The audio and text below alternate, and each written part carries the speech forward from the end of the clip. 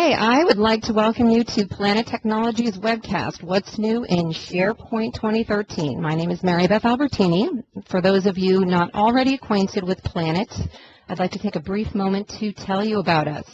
Founded in 1998, Planet just celebrated 15 years in business. We are a technology systems integrator with a unique distinction as a Microsoft partner, and that's we are 100% focused on Microsoft technologies. We currently hold 5 gold and 11 silver competencies. For the past several years, we've held the position as one of only 35 Microsoft nationally managed partners, which gives us rare access to Microsoft thought leadership and resources. We are also proud to be called a 6-time Microsoft Federal Partner of the Year and 3-time Microsoft State and Local Government Partner of the Year.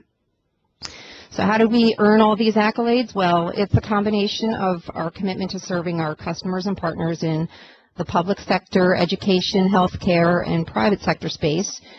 We also have a team of 130 consultants, which includes some of the most highly skilled technology professionals around. You can see by looking at the slide some of the credentials that we have: MCSMs, MVPs, certified trainers. We're also Microsoft Certified Partner for Learning Solutions. Finally, as our name suggests, Planet has global reach. Domestically, we have offices in Washington, D.C., Denver, Harrisburg, Redmond, Washington, and also throughout Europe and the Middle East and Africa. We've done work in over 33 countries, and we're growing. We're growing day by day, actually. So that's Planet in brief. You can check us out on our website to learn more. So at this time, I'd like to introduce today's presenter, Shannon Bray. Shannon is a SharePoint evangelist and Microsoft Solutions Master for SharePoint. He currently works with Planet as our Chief Architect for our Emerging Markets Division. He specializes in architecture design and solution development using Microsoft technologies. If you are active in the SharePoint community, you'll likely have seen Shannon present SharePoint topics at Microsoft's Tech Ready, Tech Ed, numerous SharePoint Saturday events, and also the Microsoft SharePoint Conference. He's authored several SharePoint video training series and served as technical editor for ProASP.NET 4.0 SharePoint Solutions. Also, he's co-authored Automating SharePoint 2010 with Windows PowerShell 2.0 and the soon-to-be-released Microsoft SharePoint 2013 Designing and Architecting Solutions. In addition to his MCSM certification, Shannon is a Microsoft Certified Master, SharePoint 2010, and Microsoft Certified Trainer. We're pleased to have him on staff here at Planet, and with that, it's my pleasure to turn the presentation over to Shannon Bray. Hello, welcome to What's New in Microsoft SharePoint 2013. My name is Shannon Bray, and here's some of the information about me on your screen. I'll also be working the certification area at Microsoft's Tech Ed 2013 in New Orleans this year. So if you have any questions about SharePoint, feel free to stop by.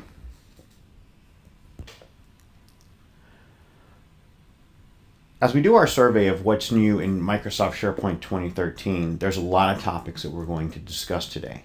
And there's over 80-something slides that we're going to go through, and we're trying to get it done in less than an hour. So a lot of it's just going to be address the high level of a lot of these different topics. To start off our presentation, we're really going to start and dive into some of the new features that are available through the branding.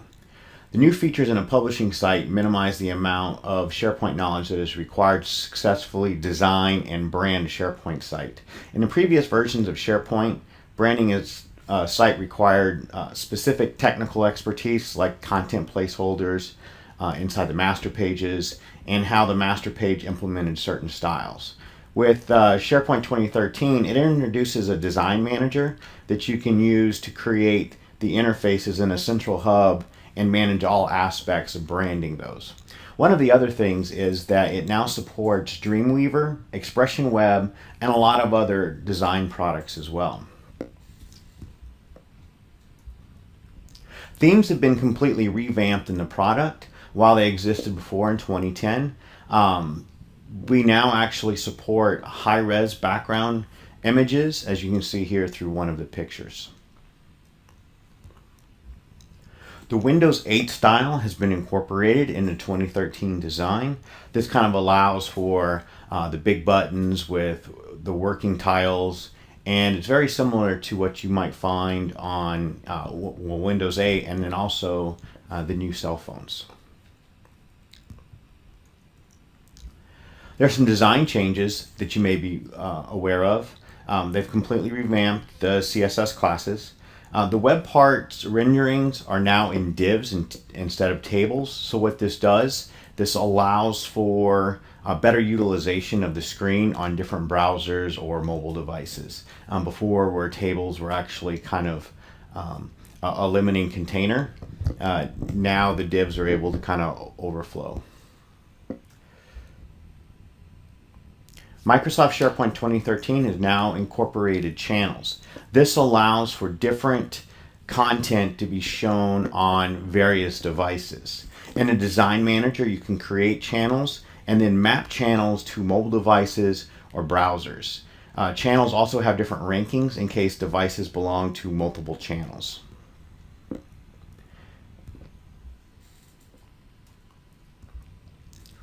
There's been a lot of additions in the mobile market. I'll go ahead and leave this screen up for a second for you to review.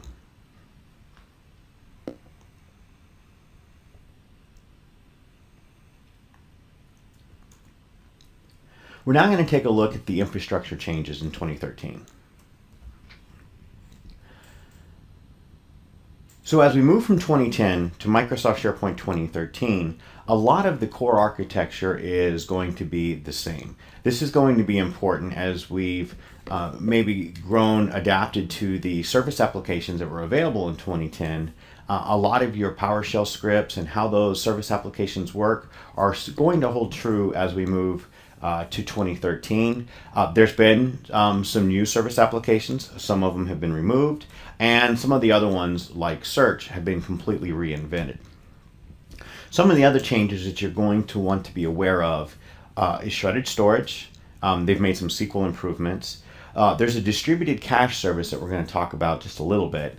The request management service. This will actually, as requests are being made to web servers, they will process requests and then based off of traffic or resource loads be able to route that traffic to other web servers. We've already talked about themes a little bit, and we're going to talk about sharing in a little bit more detail as we move forward. Some of the other improvements in 2013 is that they've made improvements to the claims infrastructure. Now, it's worth noting here that in Microsoft SharePoint 2010, when you created a web application, the default mode was in classic mode. And you had the option to use claims. In 2013, the ability to choose classic in the user interface has been removed. You can still create classic web applications through PowerShell, and in some cases, you're still going to need to do that. A claims-based web application is not the answer to all situations. You may have some advanced BI scenarios or something like that that still may require classic. One of the hiccups in 2010 was converting classic modes to claims modes. And so they've provided us a new commandlet, the convert SP web application, that will convert a classic mode app to a claims mode app and transfer all of the users and everything to the new claims encoding. One of the other features that we're going to kind of touch on as we go through today is the server-to-server authentication. And this allows you to authenticate to other services such as Exchange Server 2013 and Link Server 2013. The important thing to note here is that it does have to be 2013 or later. So it'd be Exchange 2013, Link 2013, and SharePoint 2013. And we're also going to discuss as we go through some of the changes in the app authentication. But this basically allows apps to request authorization in the SharePoint store and allows us to use an app catalog to bring content into our SharePoint 2013 infrastructures. Shredded storage has been a hot topic lately. This has some really cool features around it. In 2010, if you uploaded a particular document and you had versioning turned on, you may have made a change to just the table and not the document. And this action would actually cause a complete duplicate of that document. So if you were saving up to 5 versions and you did this 5 times, you would actually have 5 copies of this same document inside the content database. And depending on the size of your document, you can see where that would take up a lot of space inside SQL. Well, in 2010 or in 2013, as you upload the document, it will now use shredded storage to only save the differentials. Now, it's important to know that it only happens when you're adding a document. So if you're upgrading from 2010 to 2013, it won't use this right out of the gate. You may have to bring the content out and bring it back in, but it will do it as you're starting to make changes. This also reduces the amount of content sent across the wire, since now it is only sending the differentials as opposed to sending the entire document. Here's some best practices that you're going to want to examine as you're moving from 2010 to 2013. Now, a lot of these topics are mentioned in the Designing and Architecting Solutions book. So if you have any questions along these lines, you can review some of these there.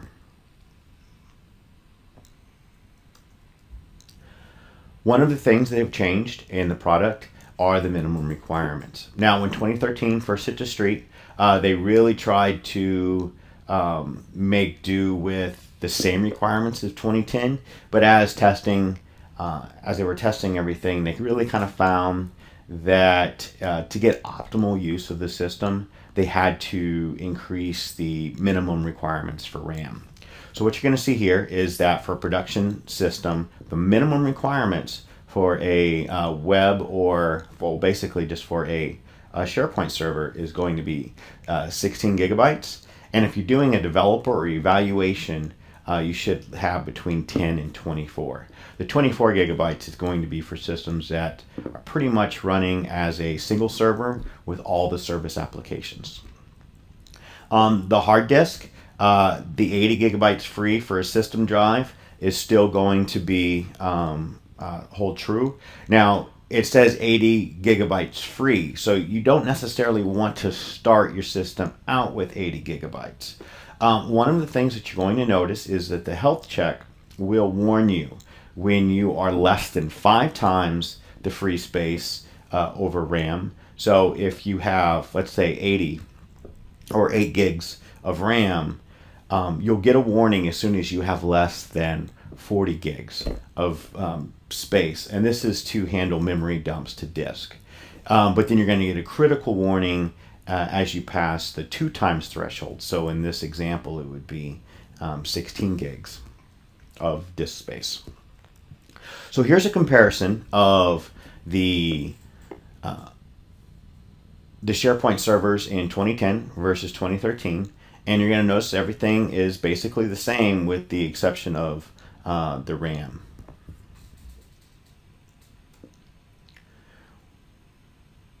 Same thing's going to hold true with the database servers. So here's the minimum requirements for those.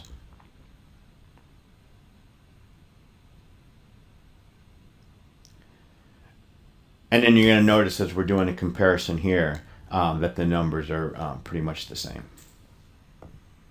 Now, keep in mind, this is the minimum requirements. So in some of your systems, you may actually need to have more than this. Here's some of the minimum software requirements.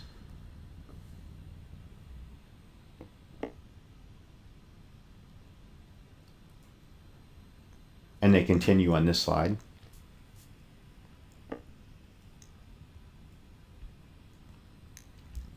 So the App Store is a new the App Store is where we can purchase apps, much like the ones you're used to on your cell phones, that offer functionality that can be incorporated into SharePoint. Now, the important thing here is while they can be incorporated with SharePoint. They're not actually put into SharePoint. A lot of these apps are run on external servers. So as this processing and stuff happens, they are actually communicating from SharePoint to those apps. Those apps are processing the information and then rendering that information through SharePoint, oftentimes through an iframe.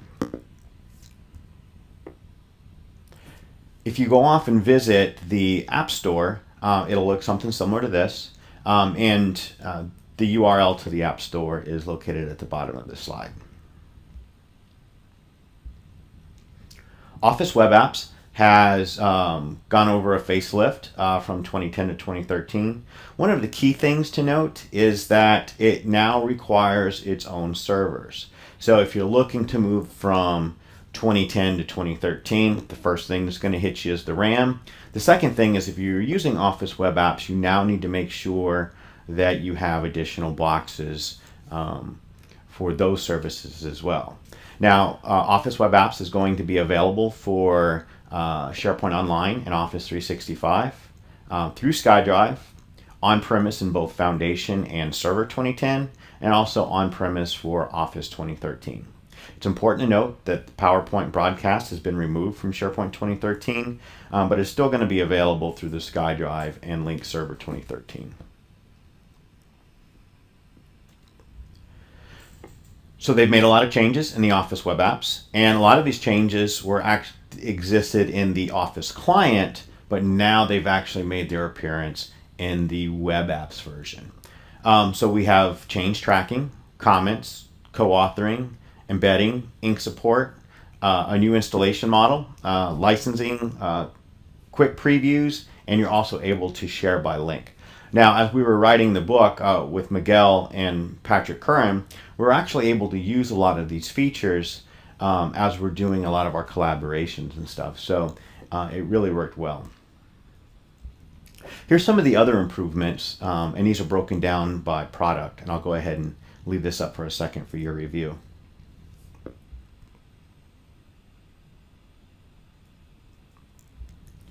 We're now going to take a look at sites. So one of the benefits is without leaving your library, you can edit your documents using Office Web Apps, and in one click share it with colleagues. This allows you to take document sharing and storage one step further, also with your the SkyDrive functionality that we're going to talk about here in a second.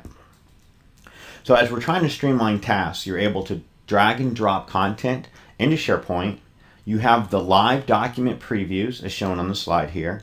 You're able to track who you're actually sharing it with, and then you have your edit, share, and follow documents with one click. So here's SkyDrive Pro. SkyDrive Pro actually allows you to store documents in the cloud, and then you're also able to sync these to your local machines. Say you're getting on a plane, you'll be able to download the content to your laptop, do work, and then whenever you get to where you're back on the, wherever you can connect, you can actually sync. And this is what similar to something like that would look like. So SharePoint 2013 allows for you to create dynamic sites. So you're able to share the latest information with aggregates. Maybe you can get instant feedback with blogs. You're able to embed PowerPoints and videos into your sites. And it also allows for inline site editing that allows you to quickly make changes.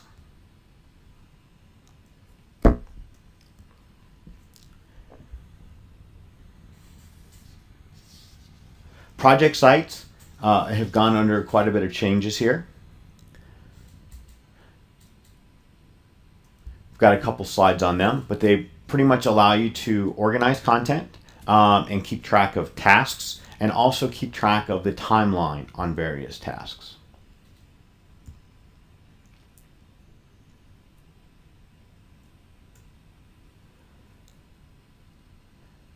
So here you're going to see that you're able to create simple document workflows, organize all your team communications in one spot.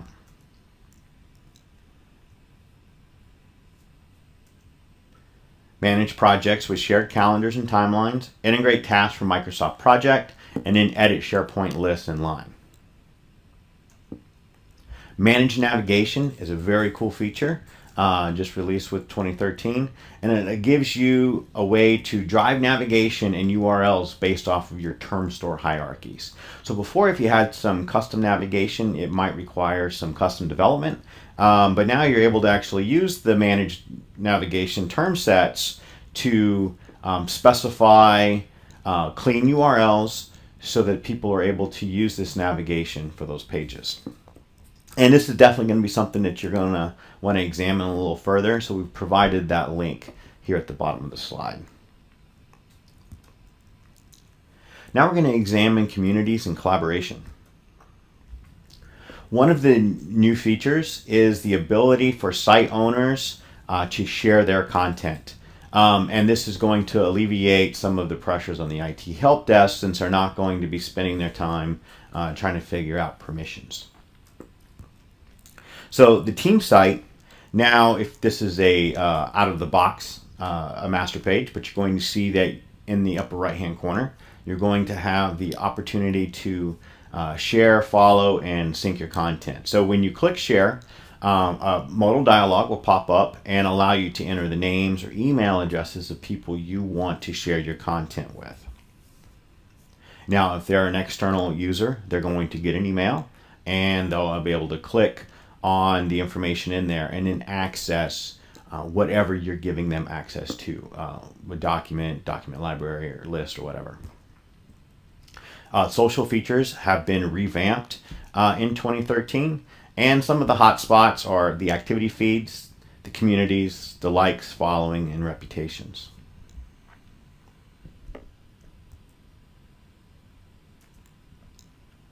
So my sites now incorporate a SkyDrive for work. They have improvements for saving, sharing, and moving content.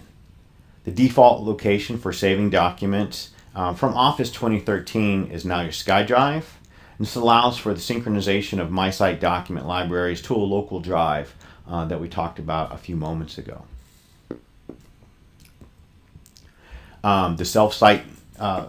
The self-service site creation has been revamped, and I'm going to go ahead and leave this slide up for you a second so you can review it.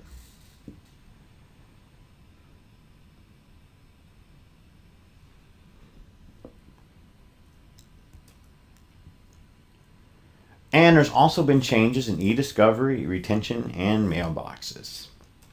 So e-discovery allows you to not only discover content inside SharePoint, but now you're able to go across link and exchange as well. And one of the key things that we'll revisit here in a second is that it allows you to keep your SharePoint information in SharePoint, and maybe your emails and things in Exchange.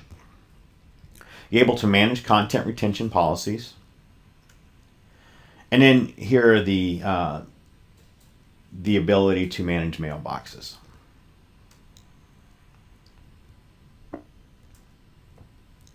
Document sets introduced in Microsoft SharePoint 2010 have been improved as well. I'll leave this information up for your review.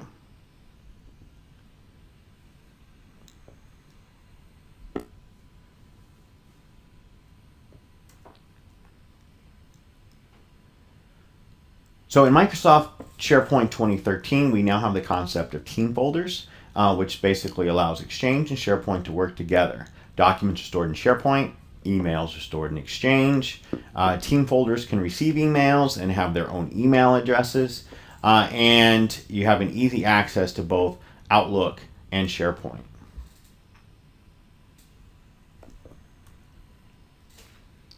Now I'm going to talk about content management. Some of the things that have changed is the way that images are now rendered. Images transform dynamically in SharePoint. Thumbnails are actually thumbnails, so they're not just being resized.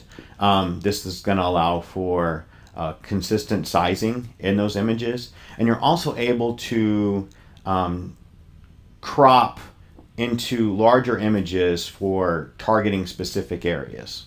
And we've tried to give an example of that on this screen.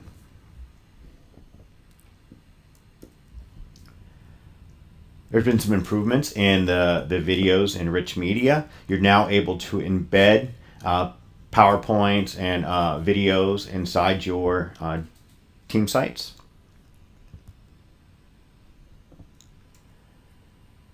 Some of the other video improvements enables easy enterprise podcast scenarios, video support improvements, and the video player's HTML5 implementations are allowed now.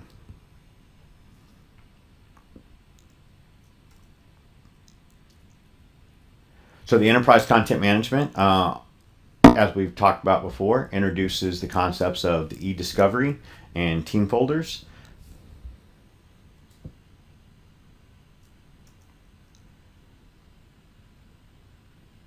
And what's inside the web content management allows for some of these enhancements as well. Now, one of the big things that you're going to see here is the cross-site publishing that we're going to take a look at on the next slide.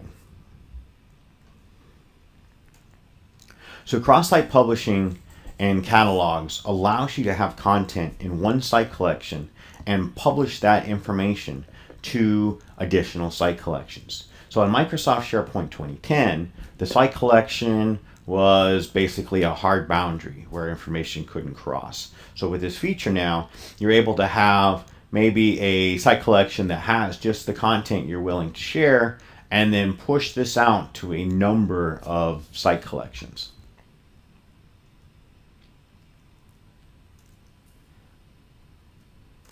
Composites have changed a bit, and the biggest one to note is how workflows work.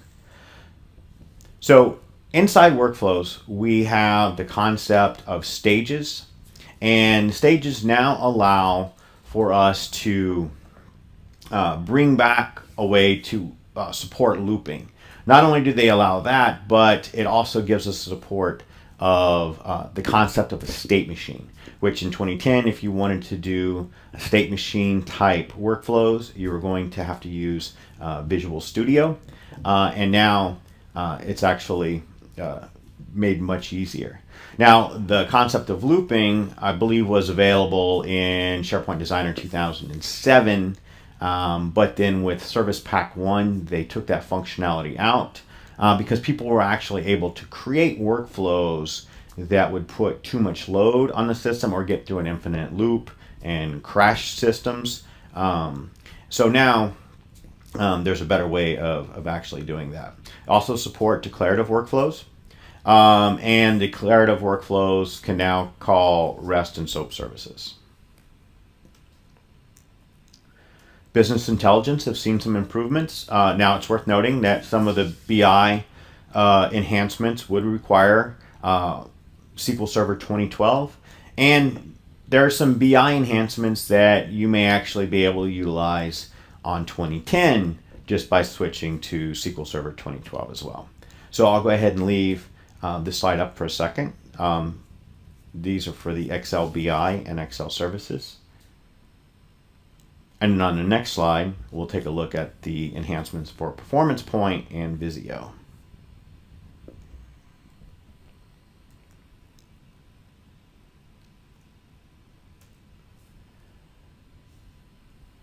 So now we have the ability to share your insights, so you're able to create interactive charts and reports, customize and publish your reports to SharePoint, and analyze trends. Here's some of the Performance Point changes in 2013. I'll leave this up for your review.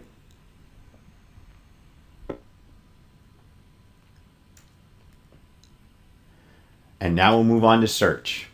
Search has been built brand new from the ground up. In 2010, we had Enterprise Search, we had Foundation Search, we had Fast Search.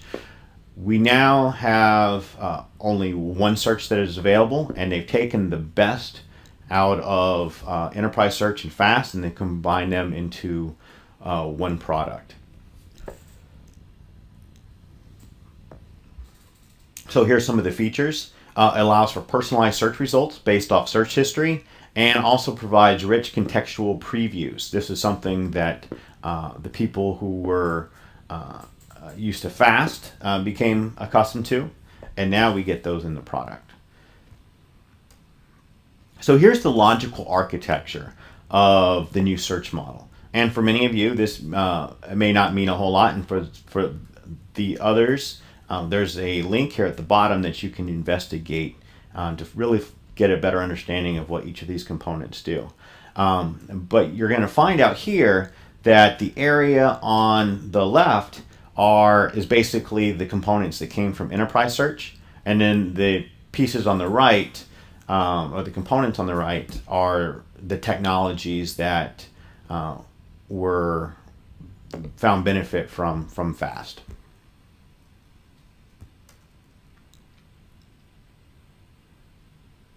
So with the new search, you're able to uncover knowledge.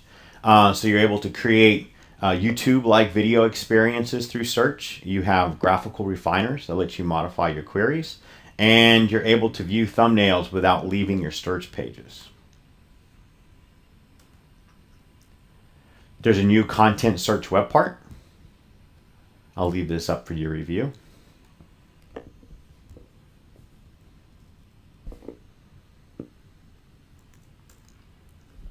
There's new enhancements for filter enhancements and filtering search.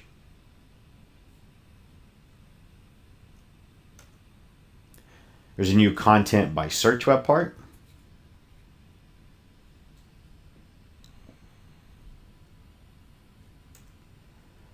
Usage analytics in 2010, it used to be its own service application. This has now been built into the search service application.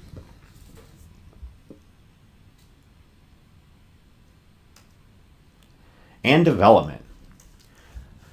Development has gone under quite a few changes. In 2010, they introduced the sandbox solution, and while many aspects of sandbox solutions are still supported in 2013, Microsoft is really trying to encourage us to move to the new app model. With sandbox solutions, we're still writing code that is inside SharePoint, and it's best to kind of move to the model to where a lot of the custom code and things like that are executed outside of that, so we're not taxing the SharePoint boxes with code. And oftentimes some of the negative hits that we take in custom development is that they can have a negative impact on SharePoint, and the new app model is going to alleviate a lot of that. One of the other huge benefits is that now you're able to leverage your existing ASP.NET, Apache, C#, Java, and PHP developers. Right. So while a good ASP.NET developer was able to slowly come up to speed in the SharePoint development ranks, they can actually hit the ground much faster and be productive instead of having to learn how SharePoint works and the architecture models and where features and files are all supposed to be located and things like that. So it's really made things a lot simpler. SharePoint Designer has gone under some changes. The design view is no longer available, but keep in mind now we're able to use other designers like Dreamweaver and stuff like that. I'll go ahead and leave this slide up for your review.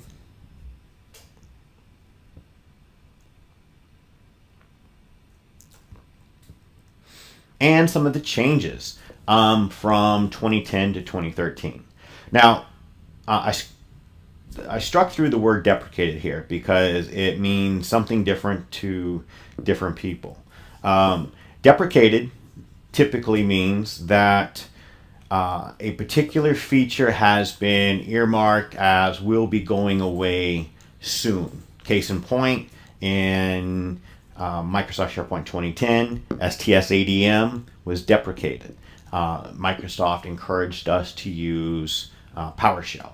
STS-ADM is still available and supported in 2013, but it may not move forward as the product moves forward. Some of these features that are listed here they're not deprecated, they have been removed. So that's kind of why I wanted to make a point there. Now, in the next slide, we're going to see some additional services that have been removed. And if you would like to find out more about these particular features and find out what changes have been made to either incorporate these or why they've been removed, I have a source for you at the bottom of this slide. All right, so how do we get from where we are now to the new 2013 model? As we've seen, right, you might need some development planning or infrastructure planning on how many servers do you need to support your 2013 just to get the functionality that you had in 2010. You have the distributed cache service, right? This is kind of a black box that has its own set of requirements based off of your farm configurations, and you have request management routing and search. While it offers a lot more capabilities, right, it consumes a lot more from RAM, and this may be the case with many of your other services.